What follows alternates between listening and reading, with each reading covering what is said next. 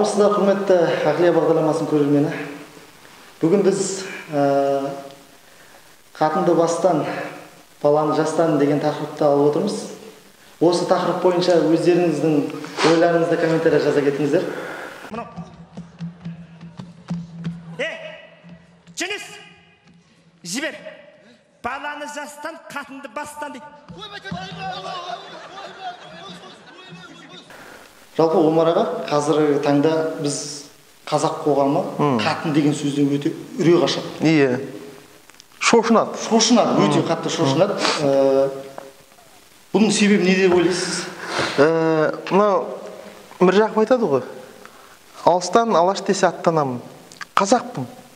Сонда қазақпын деп мақтанамын. Болғанда әкем қазақ, шешем қазақ, мен не қазақтығын сақтанамын дейді. Сонда бұл қатын деген сөз, бұл қазақтықтың белгісі да. Бұл таза өзіміздің көне архетиптік, көне қазақи сананың төл, сонда есі бұрқырап тұрған сөзді.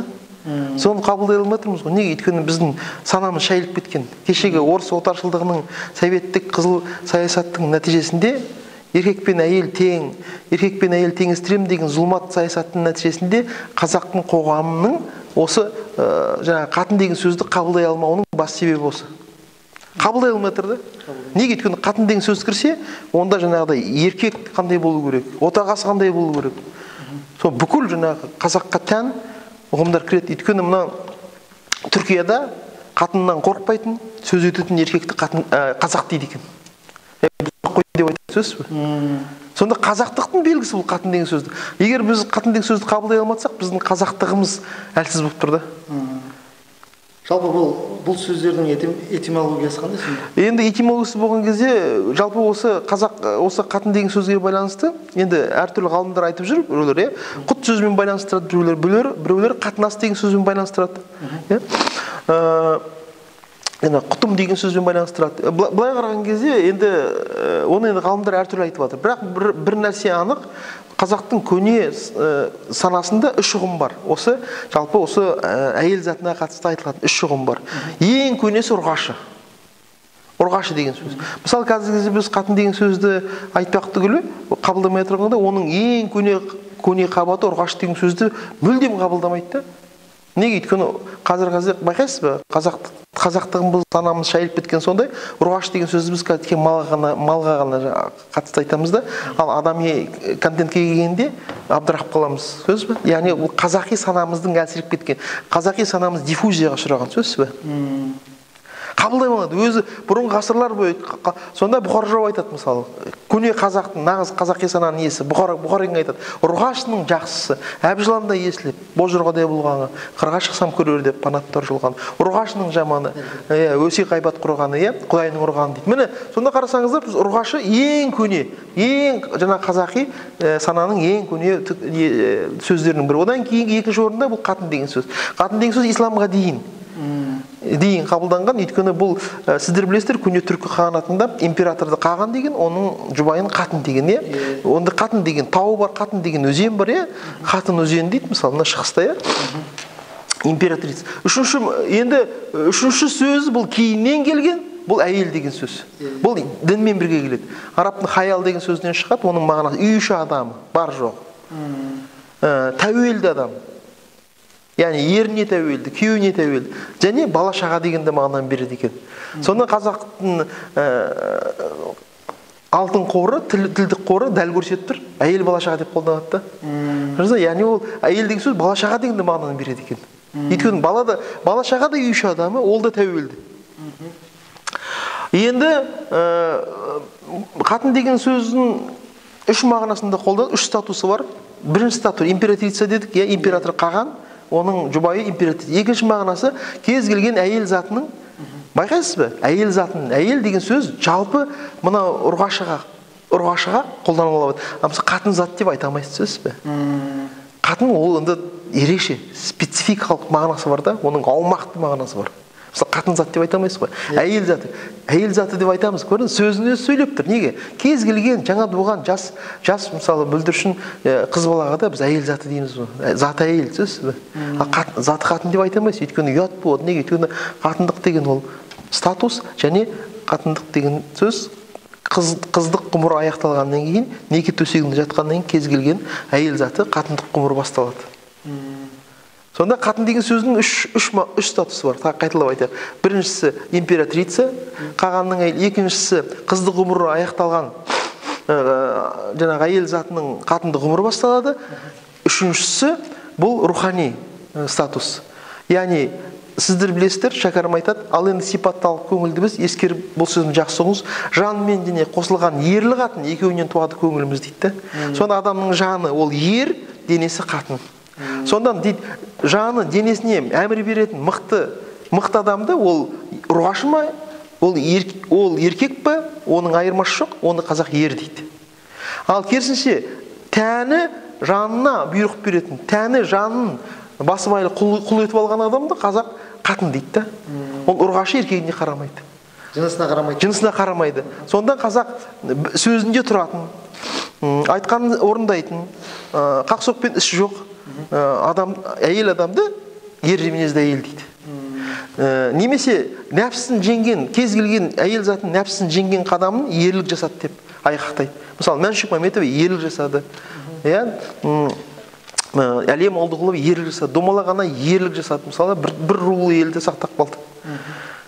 Сонда, ал енді керісінше өзінің нәпсісін, қатын нәпсісін жеңе алмаған еркекті қатын дейді. Сонда бұрынғы батырлар айтады, мысалы, шық жекпе-жек, ерсің ба, қатынсың ба? Бұл рухани статус. Сосын бүйтіп тағы былай деп айтатын, қашқан жауы қатында батыр дейді. Ол ұрғашын айтып отқан жоқ. Жынысын айтып отқан жоқ. Ол нәпсін жеңе алмаған адам, нәпсі қорқақ қой өзі табиғатынан. Қашқан жауға ол жаңағы қатында батыр дейді. Немесе қатын бастаған көш қараң қалады дейді. Ол тағы ұрғашын айтып отқан жоқ. Өйткені біздің аналарымыз ол көш бастамақ түгілі, мысалы, Шаштана, Домалағана, Абағана, бұлар бір рулы елдің ұранына айналған, Қарқабат ана. Сонда қатын бастаған көш қараң қалады деген мағынасы нәпсі. Тойымсыз, обыр, сондай басшысы бар елдің жаңағы көші қараң қалады деп отырды. Өйткені ол нәпсін тие алмаған адам, ол елдің несібесін жеп қояды, сөз бе? Соны қатын дейді қазақ. Яғни өзінің нәпсін тие алмаған адамды қазақ қатын дейді. Сонда Абай айтады ғой, қатынын ұрсады ғой енді, нәпсін тие алмаған. Сонда Абай айтады, қайратқа сеніп қақтықпай, жазасын тауып жауласар. Қатынша тілмен шаптықпай, майдан қатысы сөз жарасар дейді. Сонда ер майданда сыналады, ал қатын ол жаңағы ұрыс, керіс, жанжалда сыналады. Сонда түріктің мақалы бар екен, батыр жауда, қорқақ дауда дейді. Жанжалда, қорқақ жанжалда сыналады дейді, сөз бе? Сонда ол ер ешқашан жанжалдаспайды, өйткені ол қатын емес, ол деңгейге түспейді, ол қатынмен ұрыспайды, сөз бе? Шаптықпайды. Оның жаңағы сыналатын жер майдан. Енді қатынды бастан дейміз, ұрыспау үшін осыны қалай тәрбиелеу керек? Ол үшін мақалды толық айтатын болсақ, қатынды бастан, баланы жастан дейді ол. Қатынның жаңағы неке төсегіне жатып, келін болып табалдырық аттаған сәтімен баланың дүниеге келген сәті екеуі бір дейді. Екеуінің де жаңағы осы мезетті жіберіп алмау керек. Екеуі де бір дейді. Екеуінің старт дейміз ғой яғы, алғаш қадамы. Сонда баланың тәрбиесі жаңағы, баланы жастан деп отқан осы. Баланың дүниеге келіп, жаңағы шырет дүниеге келуімен қыздық ғұмыр аяқталған әйел затының келін болып табалдырық аттаған сәтін жіберіп алма деп отыр ғой, бұл ескертіп отыр. Қазір кезде қоғамымызда біздің ең үлкен проблема, бізде не баланы тәрбиелемейді, не қатын тәрбиелемейді, содан кейін жылайды. Сонда қазақ айтқан ғой, көрдіңіз бе? Қатынды тәрбиелеудің маңызы туралы, маңызын білдіретін аяқтайды. Қазақ айтады, келін жаман емес дейді, келген жері жаман дейді. Неге? Өйткені келін міне аттады табалдырықты. Ол келін деген сөз, келіп тұр деген сөз. Мені тәрбиеле, мен қызмын, қыздық ғұмырды кешіп келдім, бірақ мен қатын болуды білмеймін. Қатындық ғұмыр сүріп көрген жоқпын. Қатын болу ол үлкен статус. Сондай мәртебеге жету үшін мені тәрбиеле деп келген кезде қазақ қоғамы дайын болмай отырды. Жалпы теориялық тұрғыда тәрбиелеу дейміз, бірақ практикалық тұрғыда айтсақ. Практикада мысалы қатын деген сөз, мысалы ең бірінші, қазір біздің үйленген жігіттер өзінің жаңағы жарына қатын деп айтуға рухы жету керек та, ең құрымасы. Бірінші қадам. Неге? Қатын деген сөз ол еркектің қолда қамшыда. Өйткені қуатты сөз, ол энергиясы бар да оның. Сонда Ғабит Мүсірепов айтады, тағы айтылып айтады. Қазақтың бүкіл қуатты сөздер Қ әрпінен басталады дейді. А егер сен өзінің мысалы жаңадан түскен мысалы жұбайыңа қатын деп айта алмасаң батып сен өзіңді еркек сезінбейсің да. Сен оның қазіргі үйленген жас жігіттер өзі алған жарының қатыны болып өздері қатын болып отыр ғой оларға. Келсуге болады. Міне сондан ол бірден өзіңді қоюың керек сен. Мен отағасымын. Сен мен қатынымсың, болды. Ол енді қатын болғаннан кейін ол қыздың көзі қызылда дейді. Жалпы әйелдер дүниеге жақын болады, бұлталақтай басса, сен айтасың, қатын дейсің. Тыныш отыр дейсің. Тыныш отыр. Бұл қамшы. Өйткені еркектің негізі құралы қамшы. Қамшыны міндетті түрде ұру емес. Ол сөздің түбірі қам, забота, заботящийся. Еркек сондан төрде қамшыланып тұрады. Неге? Ол еркектің құралы. Еркектің табиғатын білдіреді. Еркек әйелдің қамқоршысы, түсінесіз бе? Сен оны қатын қылып алдың ба, ертең Алланың алдында жауап бересің. Міне сондан қатынды басынан дейді, басынан басып тәрбиеле. Бірақ өкінішке қарай қатынды еркек тәрбиелей алмайды. Неге? Өйткені еркектің рухы жетпейді оған. Сүйем, күйем деп тұрған әлжуаз еркек жаңағы махаббат эйфориясынан арылмаған. Ол оны тәрбиелей алмайды. Оны тәрбиелейтін ене жоқ қой бізде. Соны айтады ғой, келін түсті. Біздің үйге бір енді бұрымдының енең байғұс қуанып жүр. Оның тұңғыш түскен келін еді. Ең әуелі өзіңді енең сынар. Емендей бұл сынға емен шыдар. Жас келінге қаттырақ қарағаны бір ширатып алайын деген шығар дейді. Сол енелер институты. Кеше бір жігіт жақсы пікір айтты. Неге біздің жастар ажырасып жатыр дейді? Өйткені үй тар, тұра алмайды. Сондан қазақтың отбасы бұзылмас үшін үлкен үйлер салу керек дейді, мына шығыстағы сияқты. Жаңағыдай ата-енемен тұру ол заңға айналу керек дейді, сөзсіз бе? Сол кезде ғана енесінің тәрбиесін көрген келін, ол өзі ертең жақсы ене болады. Сол сөйтіп ұрпақтар сабақтастығы, мәдени сабақтастық жалғасады. Сонда біздің қазақ қоғамының қирап қалған құрылымдары қалпына келеді. Қазақ қоғамы неге дамымайды? Өйткені кез келген қоғам құрылымнан тұрады, структура дейді ғой. Оның қазақ қоғамы мықты болсын, оның мысалы кигіз үйдің сүйектері болады, мысалы уық, шаңырақ, керек сол сияқты қазақ қоғамында құрылымдар болғанда бұрын. Оның ең үлкен шаңырақты ұстап тұратын уығы, ақсақалдар болған, ақсақалдар, керегесі, ақсақалдар, институты, ол да жоқ дерлік, жоққа дерлік бізде. Одан кейін жаңағы ай деп отырады. Ол жаңағы бәйбішенің өзін, қатынның өзін, бүкіл ауылды еркектердің өзіне тиім керек қой, мысалы. Бүгін жақсы мақала естідім, мысалы мен.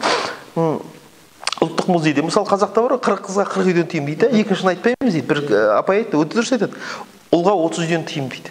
10 үйден сын дейді, сөзсіз бе?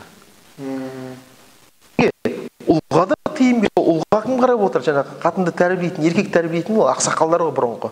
Ақсақалдар жоқ. Одан кейін келесі институт, ол жаңағы енелер институты, келін тәрбиелейтін. Ол да жоққа саяды. Және үшіншісі, ең басы қазіргі кезде не көп бізде тұрмысқа шықпаған. Қыздық ғұмырын аяқтай алмай жүрген қыздар көп та. 25-ке келді әлі қыз, 30-ға келді әлі қыз, кәрі қыз. Неге? Өйткені үшінші институт жоқ, жеңгелер институты жоқ. Міне осы құрылымдарды қалпына келмейінше қазақ қоғамы берекелі ғұмыр кешпейді. Отан отбасынан басталады дейміз. Егер біз осыны реттеп алмасақ, онда біздің қоғамымызда береке болмайды. Неге? Өйткені қандай ол қызметкер, қандай жұмысшы ол? Егер оның отбасында кикілжің болып жатса, отбасында проблема болып жатса, сонда сөз бар ғой. Дүниенің кеңдігінен не пайда? Дол болса, елдегі тыныштықтан не пайда дейді. Үйінде жанжал болып жатса, еліндегі бейбітшіліктен не пайда? Дұрыс айтасыз. Міне сонда соны болдырмас үшін қазақ ескертіп отыр. Ал ағылшындар айтады. Мәдениет деген ол ескерту дейді. Кім ескертілсе, ол қаруланған дейді. Ал біз қазір мылтықсыз майданға ешқандай қарусыз шығып отырмыз ғой, содан жеңіліп жатырмыз. Бұл былай айтайықшы, бір семьяда 4 баладан. Отбасында? Отбасында 4 баладан. Енді бірінші баласымен тұра ма, екінші баласымен тұра ма, енесі, үшінші баласымен тұра ма, төртінші баласымен тұра ма? Оны қалай ше? Ол өзі, мысалы, бұрын қазақта бірте-бірте болған. Мысалы, осы бірінші үлкен ұл үйленеді ғой. Сонымен келін тәрбиелейді. 1 жыл, 2 жыл, 3 жыл жеткілікті, мысалы. Одан кейін екінші келін түседі, ананың отауға шығарады. Одан үшінші келін тәрбиелейді. Соны ең соңында кенжемен қалады. Қара шаңырақ иесімен. Мұның дәстүрге бәрі орналастырған бұл. Бірақ міндетті түрде ененің тәрбиесін көру керек. Бірақ өкінішке қарай оны тәрбиелейтін ене болмай тұр ғой бізде. Біріншіден енелер тәрбиелеу, енелер институтын ашу керек кәдімгідей, мемлекеттік деңгейде. Мемлекетте отбасы институты деген институт ашылу керек та, қазақтың қирап қалған, мына отаршылдық саясат негізінде қирап қалған әлеуметтік институттарын қалпына келтіру үшін оған жаңағыдай ақша құю керек, оған инвестиция салу керек, сөз оған. Біз қазіргі кезде мысалы салып отырмыз инвестицияны, мұнайға, газға, ол да керек шығар. Бірақ әлеуметтік мәселе, соны істейтін адам ғой. Соны істейтін сол отбасынан өріп шығатын адамның сапасына байланысты ғой. Сол біздің экономикамыз, әдебиетіміз, ғылымымыз бәрі неге байланысты? Отбасына байланысты. Содан отан отбасынан басталады деп біз айтамыз, бірақ ол біздің тіліміздің ұшында ғана тұр ғой, ол метафора ретінде ғана. Бірақ оның тереңіне біз жүрегімізден бөле алмай жатырмыз. Сондан біз бүкіл тарапта жеңіліске ұшырап отырмыз. Отбасында тыныштық болмағаннан кейін. Енді баланың жасы бірге келсе, енді қаншалықты тәрбие берген білмеймін, бірақ кешігіп қалды деп ойлайсыз ба? Ештен кеш жақсы дейді ғой, жұбатып қояды қазақ. Бірақ негізінен баланың тәрбиесі жастан дейді ғой, ол дүниеге келмей тұрып басталады негізінен. Дүниеге келмей тұрып, бала бойға бітпей тұрып, бала басталады. Неге? Өйткені әрбір қазақтың қатыны армандаған, ұл тусам деп сөз. Арманнан басталады негізі. Біздің әйелдеріміз қазір армандай ма? Міне қайда сұрақ. Неге? Өйткені біздің әйелдеріміз, біздің қыздарымыз, қарындастарымыз қазіргі кезде. Мынау қазіргі кезде эгоизм деген бар да, менменшілдік, өзім үшін өмір сүремін деген. Көп отбасы мысалы ол баланы ауыртпашылық ретінде қабылдайды. Ал бұрынғы қазақ баланы армандаған, ұлды армандаған. Неге? Өйткені ұл туса қазаққа күн туады деген сөз. Ол негізгі экономикалық тетік. Экономиканы жасаушы негізгі өндіріс күш ол. Сол ұлды армандау керек. Неге? Яғни сол қазақ Ахмет Байтұрсын айтады ғой, ұлды ұлша өсірсең ұл болып өседі дейді. Айналайын, оның ұлша өсіру үшін сенің сол ұл туралы концепцияң болу керек қой. Ұл туралы проектің болу керек, сен сөз бе? Сенің арманың болу керек. Сонда ғана ол ұл болып өседі. Сонда ғана ол әке-шешесін асырайды. Әке-шешесін ғана емес, рулы елді, қауымды, бүкіл ұлтты асырайды, сөз бе? Кешегі Ахметтер сияқты, Алихандар сияқты, Мағжандар сияқты. Екінші бір мәселе, қатын мәселесіне келетін болсақ, шалақында бар, қатын үш түрлі болады дейді. Қарауыл қана қатын деген қатын бар, таңертең ерте тұрады, түндікті оңынан ашады дейді. Кетіп бара жатқан көз салып, өтіп бара жатқан адал болады дейді. Ол да жақсы енді. Ерте тұрған қатынның бір ісі артық. Ерте тұрған еркектің ырысы артық. Екінші қатын бар дейді, қыналы бармақ деген дейді. Қыналы бармақ деген қатын дейді, азды көптей қылады, көпті көлдей қылады. Тамағына қылшы жұқпайды, киіміне кір жұқпайды дейді. Ер егіз, еңбекті жалғыз деген талайлы, ерінің бар жоғын білгізбейді дейді. Бар жоғын білгізбейді, талайлы ердің маңдайына жолығады дейді. Сонда қыналы бармақ идеалды қатын. Идеалды қатын қандай болады дегенде, қатын статусты бекер айтып отқан жоқ. Өйткені қазақта мақалы бар. Қазақта өзі айтады ғой, жаулығы болса қатын, жылуы болса отын дейді қазақ, сөз бе? Яғни қатынның негізгі жаулық қой. Бірақ қазақтағы ескертіп отыр, жаулығы бардың бәрі қатын емес дейді. Бөрігі бардың бәрі батыр емес дейді. Неге? Өйткені қатын бола білу өнер. Жаңа қынал бармақ деңгейінде өмір сүру. Қынал бармақ қандай? Ерінің бар жоғын білмейді. Әйел, ол ата айтып тұр, ол үй іші адамы, ол тәуелді, ол еркектің жұмысына араласпайды, сөз бе? Ол жаңағыдай тәуелді, ол үй іші адамы, бала-шаға, сөз бе? Ал қатын, ол еркекпен қатар жүреді, еркекпен бірге ат салысады, үзеңгілес, досың, жолдасың, сөз бе? Сонда қатынның жаңағы образының биіктігі сондай, шалақын айтады ғой. Жақсы қатын ел көшкенде атқа желер дейді, сөз бе? Мен әлсізбін ғой деп отырып алмайды дейді. Ермен бірге жүреді, көмектеседі. Жақсы қатын ел көшкенде атқа желер, жаман қатын байының сөзін бөлер дейді, сөз бе? Сонда ол сондай қатын ғана ердің атын шығарады, сөз бе? Яғни еріне қалқан болатын, еріне дос болатын, көмекші болатын, яғни өзінің нәпсісін ері үшін пида қылған, соған құрбандыққа шалған қатын ғана ол ерінің атын шығарады. Сонда қазақ айтады ғой, ердің атын я қатын шығарады, я аты шығарады дейді. Өте дұрыс. Жақсы, рахмет. Жақсы.